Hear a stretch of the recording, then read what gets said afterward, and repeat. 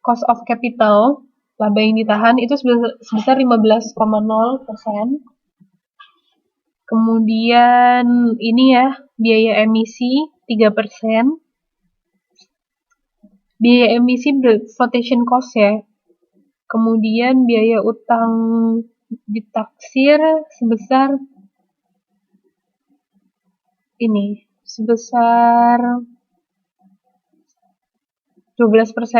pajak penghasilan sebesar 30%.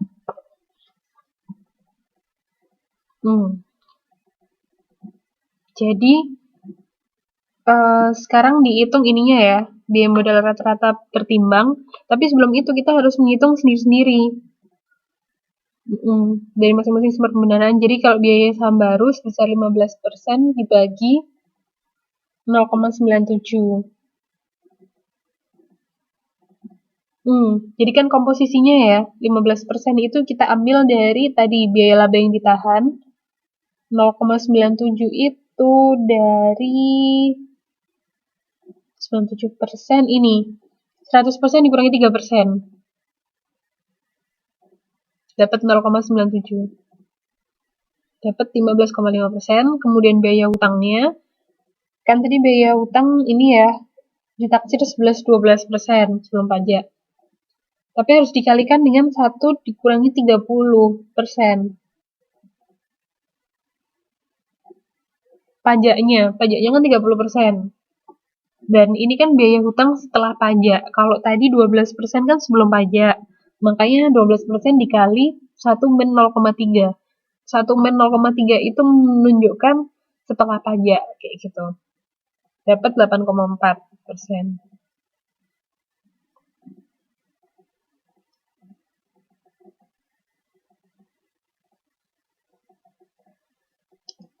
Nah, 15% ini kan sebenarnya harus, kalau dia nggak ada biaya emisi, langsung 15%.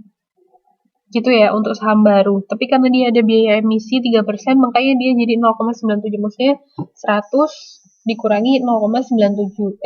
100 dikurangi 0,03. Gitu. Paham ya? Terus dimasukin biaya modal setelah pajak. Gitu. Jadi maksudnya itu kayak gini, individual itu kan tadi kita menghitung cost of debt sendiri, cost of capital sendiri, maksudnya cost of equity ya sendiri. Equity itu kan kalau saham tadi, jadi jangan bingung ya, equity itu saham, debt itu hutang, preference stock ya stock, tapi preference kayak gitu. Jadi tinggal dimasukin sesuai dengan komposisi. Coba kita hitung ya.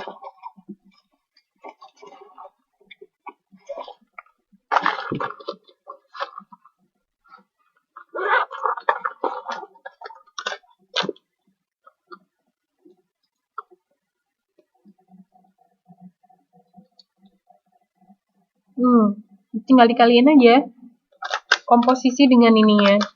Itu rata-rata tertimbang. Nanti bisa dapat rata-rata tertimbangnya. Kayak gitu.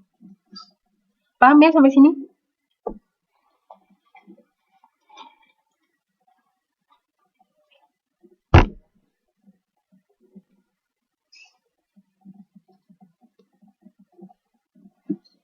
Nah, maksud dari 13,22% ini, 13,22 itu adalah menunjukkan bahwa proyek tersebut diharapkan akan bisa memberikan IRR lebih dari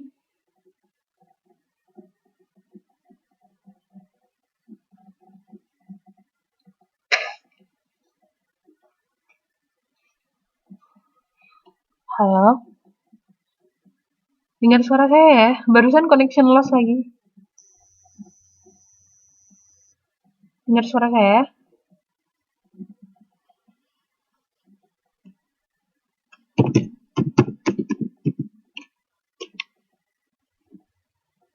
Oke, kita lanjut ya.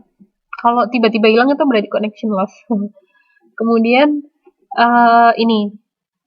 Jadi 13,22 itu proyek tersebut diharapkan akan bisa memberikan IRR lebih dari 13,22.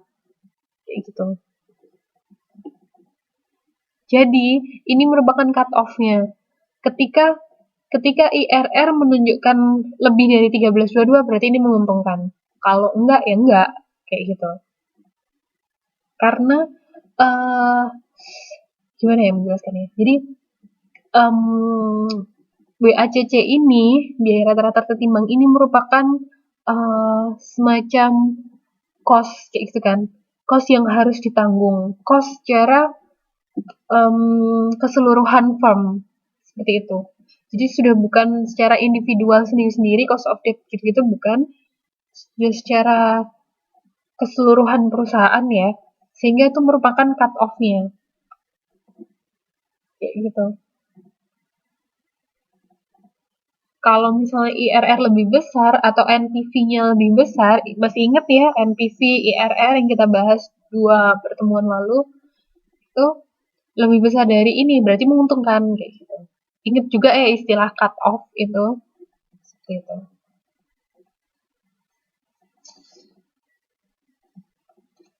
Nah, ada lagi yang lain, ini nggak saya masukkan di sini, itu cara lain untuk menghitung ya. Ada yang namanya adjusted net present value. Ini nggak saya masukkan ke sini karena kita sudah belajar tentang itu ya.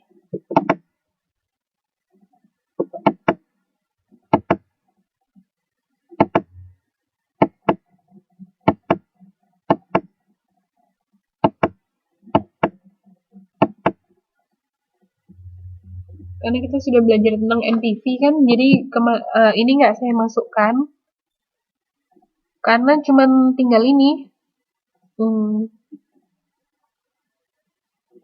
cuman tinggal ngitung aja. Rumusnya di 7.9 di apa ini namanya formula 7.9 halaman 719.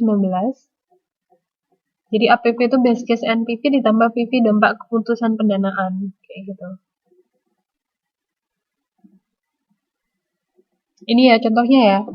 Jadi suatu proyek mempunyai usia ekonomis yang tidak terhingga. N tak terhingga, tarif pajak sebesar 25%, kas masuk bersih dari operasi pada tahun 1, diharapkan sebesar 3 miliar. Ingat kas masuk bersih pada tahun 1. Itu berarti kan dia kalau kita bicara NPV kita langsung ingat rumusnya ya. Rumusnya apa? Kalau NPV minus cost ditambah PV itu kan PV kas masuk nanti kas inflow. Nah, ini kan kita udah lihat ya. Kas masuk bersih dari operasi pada tahun 1 diharapkan sebesar 3 miliar. 3 miliar kita udah bisa langsung bayangin, oh ini tempatnya ada di atas. Kas inflow-nya, cash inflow-nya. Dan diharapkan meningkat terus per tahun sebesar 6% selamanya. Apabila proyek dibiayai dengan 100% modal sendiri, R-nya ditaksir sebesar 18%. Investasi yang diperlukan senilai 40 miliar pada tahun ke-0. Nah, investasi yang diperlukan. Ingat, itu apa namanya? Itu adalah cost. Jadi selalu minus. Jadi ingat ya, ciri-cirinya dia pada tahun ke-0. Kemudian investasi yang diperlukan. Investasi itu kan berarti kita mengeluarkan uang kan? Gitu. Nah, cara menghitung base case-nya tinggal kayak gini ya. Tinggal dimasukkan sih 3 dibagi 0,14 minus 0,06. 0,06 itu kan growth-nya ya, 6.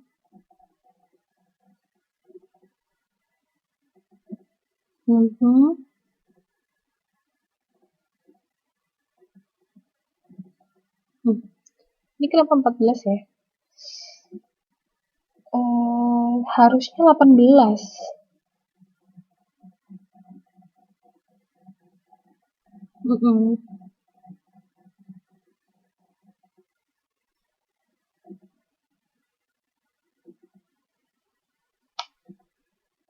Iya, harusnya ini 18 ya, bukan 14 karena kan perhitungannya R min growth kan tadi, inget nggak?